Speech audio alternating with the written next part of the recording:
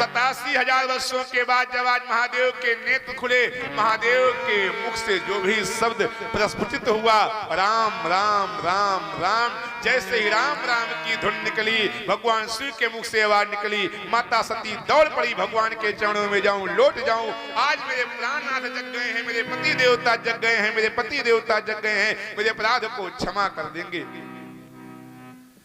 आज भी माता सती का भाव भगवान शिव के प्रति पति का है, पिता का नहीं। यद्यपि महादेव सती को माता मान चुके हैं, लेकिन यह बात सती को न पता होने के कारण जानव सती जगत पति पति के रूप में मान करके माता सती दौड़ी दौड़ी भगवान शिव के चरणों में प्रणाम करने को गई, लेकिन महादेव ने अपने पैरों को पीछे खींच लिया। महादेव ने अपने पैरों को पीछे खींच लिया। माता सती से कहा बैठ जाओ, सम्मुखे सम्मुख बैठ जाओ। जाय सती पद बंदन कीन्हा और सन्मुख शंकर आसन दीन्हा। भगवान शिव ने अपने सामने बैठने के लिए इशारा किया, माता सती बैठ तो गई। और जैसे ही सती बैठी, नेत्रों से आंसू की धार बह चली। 87,000 वर्षों तक माता सती भगवान शिव की याद में बैठी रही, प्रतीक्षा में बैठी रही, लेकिन अश्रु की धारा नहीं बही। हृदय कुंठित रहा, दुख बपार रहा, लेकिन अश्रु की धारा नहीं बही, क्योंकि हो सकता है मेरे प्राणनाथ आज जग जाएं, आज जग जाएं। प्रतीक्षा थी, लेकिन आज जगने के बाद जब सन्मुख आसन दिया तो माता सती के नेत्रों से आंसू की धारा बह चली। क्यों? क्योंकि अब माता सती को प्रबोध हो गया, ज्ञान हो गया कि भगवान ने मुझे क्या मान लिया है। क्या मान लिया है? मां। मां सती जान गई कि शिव ने मुझे मां मान लिया, क्योंकि सन्मुख शंकर आसन दीन्हा। पत्नी का स्थान कहां होता है? पत्नी का स्थान पति के वामांग में होता है, बाईं ओर पत्नी को बैठने का अधिकार होता है। यद्यपि यज्ञ कार्य को छोड़ करके, यज्ञ मंडप यज्ञ कार्य को छोड़ करके हर स्थान पर पत्नी को बाएं बैठने का अधिकार है। सामने कौन बैठता है? बोले सामने तो मां बैठती है। ये कथा हम पहले भी आपको बता चुके हैं। बैठने के तरीके से हमारे यहाँ ज्ञात होता है कि हमारे आपके बीच में संबंध क्या है। भगवान की कथा होती है, श्रोता और वक्ता आमने सामने क्यों बैठते हैं? बगल ही बैठ सकते हैं। आमने सामने बैठने का भाव भी होता है कि जननी सम समझे पर नारी, अर्थात जब श्रोता की दृष्टि अगर अगल बगल है तो हो सकता है कुदृष्टि हो जाए। सामने मां के भाव से बैठेंगे, देखेंगे, कथा भगवान की होगी। हमने पहले भी निवेदन किया था कि हमारे यहाँ शास्त्रों में गाया गया है, बैठने के तरीके से हम लोग संबंध की पहचान कर देते हैं। पत्नी को सदैव पति के बाएं बैठना चाहिए, बहन को सदैव भाई के दाहिने बैठना चाहिए, माँ को सदैव पुत्र के सामने बैठना चाहिए। किसी भी बात पे विचार करना हो, कहीं यात्रा करना हो, कहीं बैठना हो, समाज में हो, घर में हो, परिवार में हो, ये हमारे यहाँ बैठने का तरीका है। पिता पुत्र को सदैव पिता के चरणों की ओर बैठना चाहिए। जैसे ही महादेव ने भगवती सती को सामने बैठने के लिए निवेदन किया, माता सती बैठ तो गई, लेकिन आंसू की धारा बह चली। आंसू की धारा बही। भगवान शिव ने सोचा कि सती को और अपार कष्ट है। आखिर बात क्या है कि सती के नेत्रों से आंसू बह रही है? इसका मतलब कि सती ने मेरी बात को जान लिया है। कौन? हमने कल भी कहा था कि कौन पत्नी जो पति के मन के भाव को ना जान सके। और जैसे ही भगवान शिव को लगा कि सती ने मेरे मन की बात को जान लिया है, लगे कहन हरि कथा रसाला, लगे कहन हरि कथा रसाला।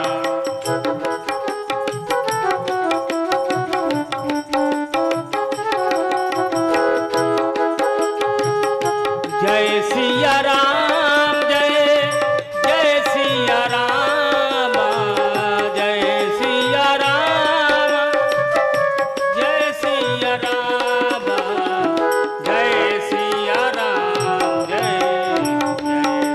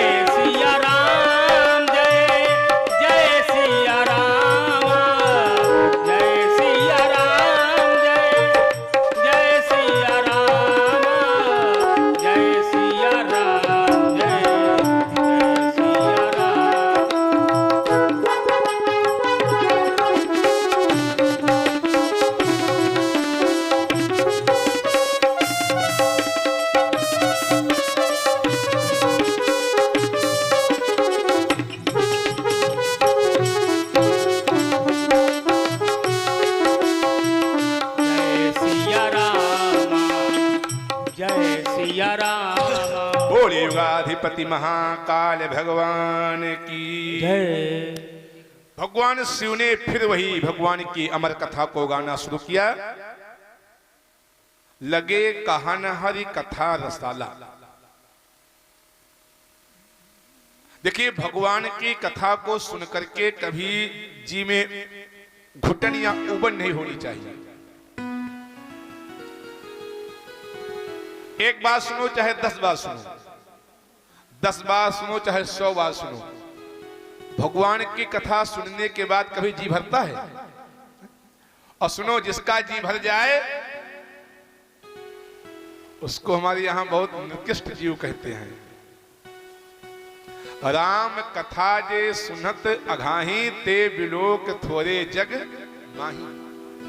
संसार में ऐसे गिने चुने लोग हैं जो भगवान की कथा को सुन करके कहते हैं अब जीव का दोबारा सुनने का मन नहीं करता। ऐसे गिने चुने लोग हैं, नहीं तो भगवान कथा नित्य नूतन और सदा पुरातन।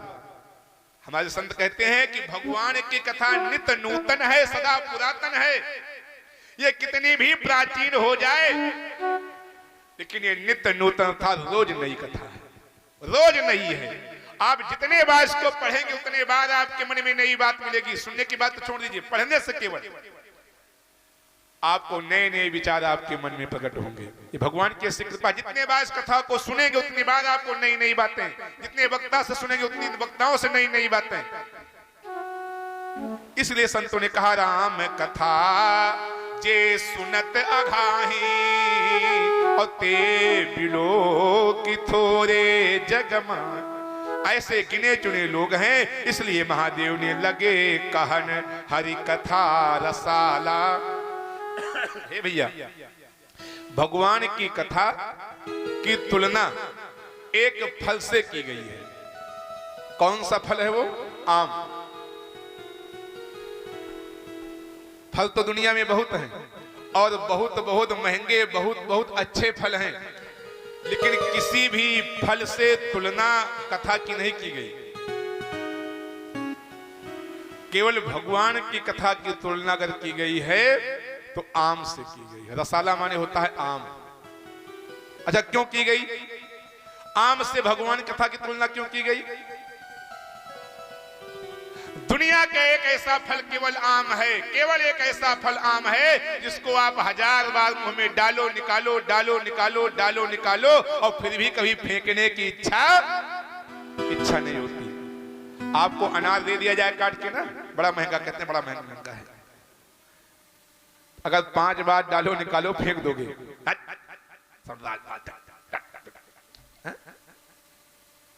हम कहते हैं अनार नहीं, दुनिया का कोई फल आप काट लीजिए, समूचे के बाद न करें, काट लीजिए और काट करके 2-4 बार मुंह में डालिए निकालिए, डालिए निकालिए, आपको इतनी घिन लग जाएगी कि उठा के फेंक देंगे, नहीं खा सकते आप।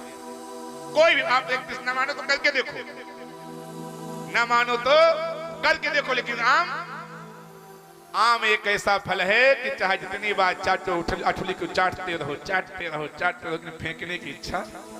हाँ, ये बाल्टी भर रखा है तो वो तो बातें अलग है, फेंक दिया जाएगा, दूसरा खाया जाएगा। लेकिन अगर एक ही आम है तो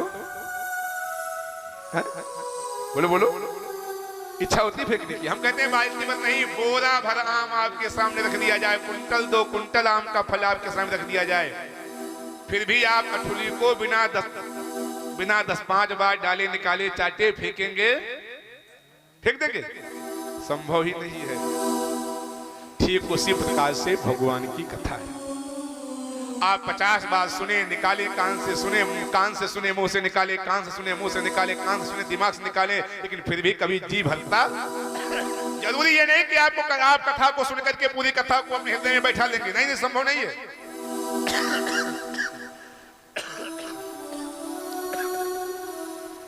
अगर भगवान की कथा सुनने के बाद सबके मन में बैठ जाए कथा ना, तो तब तो सब वक्ते हो जाएंगे, सब साधु हो जाएंगे, सब ज्ञानी हो जाएंगे, फिर तो ये धरती स्वर्ग हो जाएगी। लेकिन ये संभव नहीं है। इसलिए प्रभु ने, मेरे महादेव जी ने लगे कहन हरि कथा रसाला और दक्ष प्रजेश भये त्यहि काला। संतों की वाणी है। महादेव जी माता सती के मन की व्यथा को दूर करने के लिए वही भगवान की अमर कथा राम कथा को पुनः गाने लगे। लेकिन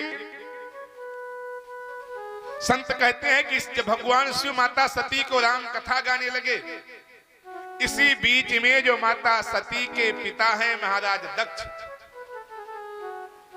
दक्ष जी जब से ब्रह्मा जी ने दक्ष को ब्रह्मा का पद दे दिया, तो महाराज दक्ष के मन में विचार आया कि हम क्यों ना इतनी बड़ी विश्व विजयी यज्ञ कर दें कि मेरा विरोध तो शंकर जी से है ही, इस विरोध में भगवान विष्णु ब्रह्मा जी को भी हम निमंत्रण नहीं देंगे। सुनो भैया, इसी को कहते हैं विनाश काले विरुद्ध बुद्धि। जिस पिता ने स्वयं दक्ष को ब्रह्मा बनाया, उस पिता ब्रह्मा को भी महाराज दक्ष ने अपनी यज्ञ में आमंत्रित नहीं किया, भगवान विष्णु को निमंत्रण नहीं दिया, भगवान शिव को निमंत्रण पत्र नहीं भिजवाया, संदेशा नहीं दिया, और बड़ी विराट यज्ञ का आयोजन किया। सारे देवताओं को, गंधर्वों को, यहां तक कि किन्नरों को भी महाराज दक्ष ने निमंत्रण दिया। लेकिन महादेव विष्णु और ब्रह्मा जी का निमंत्रण नहीं दिया। और सुनो, निमंत्रण दिया ये अच्छी बात है, निमंत्रण पत्र में एक बात क्या लिखवा दिया कि जितने भी लोग मेरे यहाँ निमंत्रण में आएंगे वो सब लोग कैलाश के ऊपर से होकर के आएंगे। ये मानस नहीं पाएंगे आप। ये तो मानस के माध्यम से पुराण की कथा को समझाने का इसलिए हम प्रयास कर रहे हैं कि थोड़ा मानस की बात जल्दी समझ में आ जाएगी। पुराण की जो श्लोकबद्ध है, श्लोकों की व्याख्या तो हम कर देंगे, लेकिन श्लोक की बात समझ में आपको कम आएगी।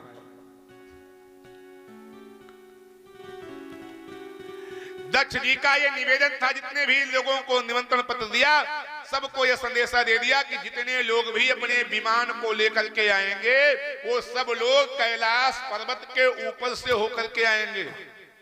क्यों? क्योंकि शंकर मेरे दुश्मन हैं, महादेव को मैं अपना शत्रु मानता हूं। निमंत्रण मैंने उनको दिया नहीं, बिटिया मेरी वहां गई है, मेरी बिटिया भी जान ले कि हमने बिटिया का परित्याग कर दिया है, महादेव भी जान ले कि हमारी हैसियत क्या है। आपके गांव में किसी के यहां ब्रह्मभोज हो, तिलक हो, और आपका वो मित्र हो, लेकिन थोड़े समय के लिए शत्रु बन जाए और गांव के सारे नाका बंद करवा दिए, कहा कि जितने लोग आए उन्हें द्वारे पर की गर्दा उड़ाता है, मारो द्वारा खोद डालो। तो बताओ का अच्छा लगे? क्यों भाई, अच्छा लगेगा? आपका दुश्मन हो, सिंह दरवाजे रास्ता निकलवा दियो पूरे गांव का लिए। अच्छा द्वार मान लियो हम बांस गाड़ के बांध दिए, ठीक है, लेकिन महादेव जी कौन बांस गाड़े? क्योंकि महाराज दक्ष का ये आदेश था कि जितने लोग आएंगे ऊपर से आएंगे, सब कैलाश के ऊपर से अपने अपने विमान से, अपने अपने वाहन से चल करके आएंगे।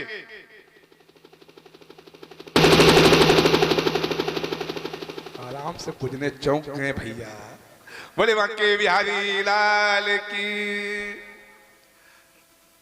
और सुनो, महाराज दक्ष के आदेशानुसार सारे देवता और सारे गंधर्व, सारे किन्नर अपने अपने विमानों को साज करके, गोस्वामी जी कहते हैं किन्नर नाग सिद्ध गंधर्वा और बंधुन समेत चले सुर सरबा, विष्णु बिरंची महेश बिहाई और चले सकल सुर जान बनाई। ब्रह्मा विष्णु भगवान शिव को छोड़ करके सारे देवता, गंधर्व, किन्नर, ऋषि मुनि, योगी, यति, तपस्वी, सन्यासी सब अपने अपने विमान से कैलाश के ऊपर से जा रहे हैं। किसी के विमान में लाल पताका लगी है, किसी के पीली लगी है, नीली लगी है, काली लगी है, हरी लगी है, जो जिसका अपना निशान है। सबके विमानों में पताका लहरा रही है। पताका ही नहीं लहरा रही है, नाना प्रकार के वाद्य यंत्र भी विमानों में बज रहे हैं। गीत सुगीत मंगल गीत गाते हुए गंधर्व किन्नर लोग जा रहे हैं। बादंतों की आवाज माता सती के कान में पड़ी। माता सती ने की दृष्टि ऊपर को गई और जैसे भगवती सती ने देखा कि तो सब विमान चले जा रहे हैं, पूरब से, पश्चिम से, उत्तर से, सब दक्षिण दिशा को चले जा रहे हैं और मेरे कैलाश के ऊपर सब उड़ते हुए चले जा रहे हैं। बात क्या है? इतने ज्यादा विमान एक साथ एक ही ओर को जा रहे हैं, बात क्या है? भगवान शिव तो नेत्र को बंद किए भगवान की कथा वांच रहे हैं। माता सती की दृष्टि इधर उधर गई, विमान को देखा। अच्छा ये बताओ, कोई पति पत्नी में विवाद हो, 87 हजार वर्ष नेत्र न खोले और नेत्र जब खुले तो और कोई चर्चा नहीं, कथा बाँचे लगे, तो वह पत्नी के मन कथा सुनने में लगे। माता सती का मन लगा नहीं। जैसे विमानों को देखा, बीच में कथा में बोल पड़ी, महादेव प्राणनाथ, अब ये कथा में मेरा मन नहीं लग रहा है, कथा को बंद करिए। देखिए कैलाश के ऊपर से बहुत विमान पूरा पश्चिम उत्तर से सब उड़ते हुए दक्षिण दिशा को जा रहे हैं। ये विमान जा कहां रहे हैं? आखिर बात क्या है? किसी से कोई युद्ध छिड़ गया है या कोई अन्य बात है? आखिर बात क्या है? सब विमान कहां जा रहे हैं? भगवान शिव की दृष्टि ऊपर को गई और भगवान शिव ने कहा, शिव पूछे तब शिव कहो बखानी, पिता यज्ञ सुन कछु हरसानी, जब महेश मोहि आय सुदेहि, कछु दिन जाई रहूं मिस एहि।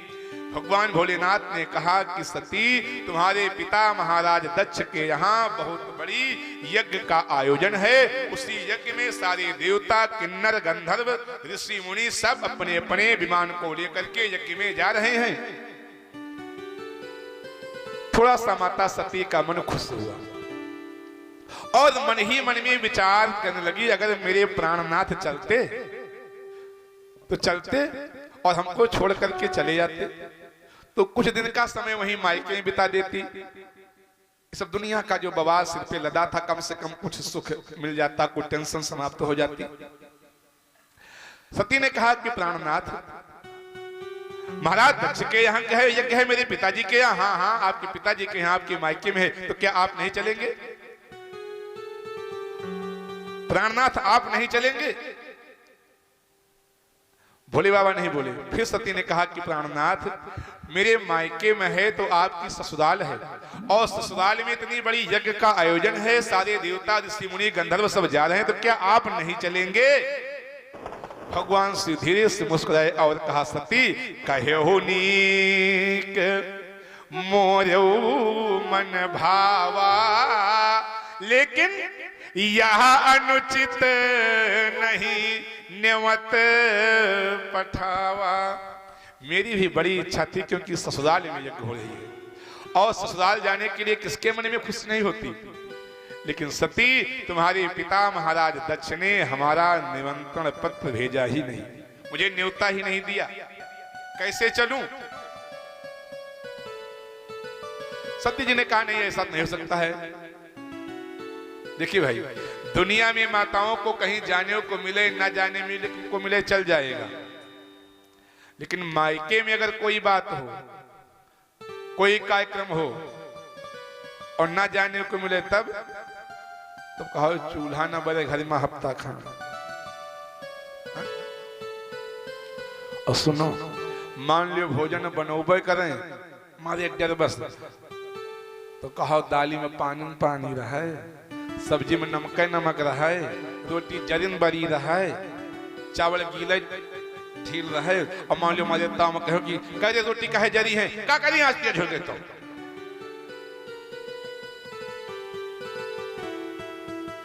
आज सब्जी में नमक बहुत तेज लागत है, अरे पानी जल गया तो क्या करी? मतलब कैसे लड़ाई हुई, झगड़ा हुआ, विवाद हुआ, मतलब हम नहीं हरे जाई जरूर, चाहे जैसे जाई। माता सती ने कहा कि प्राणनाथ, ऐसा नहीं हो सकता है कि मेरे पिताजी आपको निमंत्रण न भेजे हो सकता है जरा कार्ड लंबा रहा हो, कहीं डाक खाने में टक गया हो, तो बात ससुराल की है, चलिए। तो महादेव जी ने कहा कि सती तुम पागल हो गई हो, तुम्हारी बुद्धि अभी भी ठीक नहीं हुई। मैं एक बार आज भी मेरी बात पर तुझे विश्वास नहीं हो रहा है। ब्रह्म सभा हम सन दुख माना, और ताते यजहू करें अपमाना। हे सती, एक बार आपके पिताजी ने ब्रह्मा जी की सभा में मुझे आमंत्रित किया था, थोड़ा सा पहुंचने में मैं विलंब हो गया, इस वजह से वो मुझसे रुष्ट हो गए थे, और उसी रुष्टता के कारण आज भी मुझसे वे शत्रुता का भाव रखते हैं। इसी कारण उन्होंने मेरा निमंत्रण नहीं दिया है। माता सती को बोध हो गया कि हाँ, वास्तव में ये बात सत्य है। क्यों? क्योंकि इसी कारण तो यही वजह से मेरा विवाह भी मेरे पिताजी ने नहीं किया था, मैंने तो स्वयं मेरे भगवान शिव को चुना था। माता सती को आज बात याद आई कि सचमुच जी मेरे पिताजी मेरे प्राणनाथ से विरोध रखते हैं, बैर मानते हैं। माता सती को लग गया कि प्राणनाथ नहीं जाएंगे, तब भगवान के चरणों की ओर, हे भैया, इसीलिए जगदम्बा को सती कहा गया है। इतना देखिए, इतना विरोध होने के बाद, इतनी बात बिगड़ने के बाद, इतना कुचक्र होने के बाद, इतना झंझट होने के बाद, इतना त्याग परित्याग विवाद सबको झेलने के बाद भी सती चाहती तो आज उठ करके खड़ी हो जाती, तमक के कहती कि आप जाएं ना जाएं, लेकिन मेरे पिता का घर है, मैं अवश्य जाऊंगी। लेकिन एक बार ही माता सती के मन में क्रोध नहीं आया, भगवान के चरणों में मस्तक को रख करके कहा, नाथ, पिता भवन उत्सव परम, और जब प्रभु आयसु होए तव मय जाम कृपायतन, सादर देखन सोई। भगवान के चरणों में अपने मस्तक को रख दिया, प्राणनाथ, मेरे पिता के घर में उत्सव है।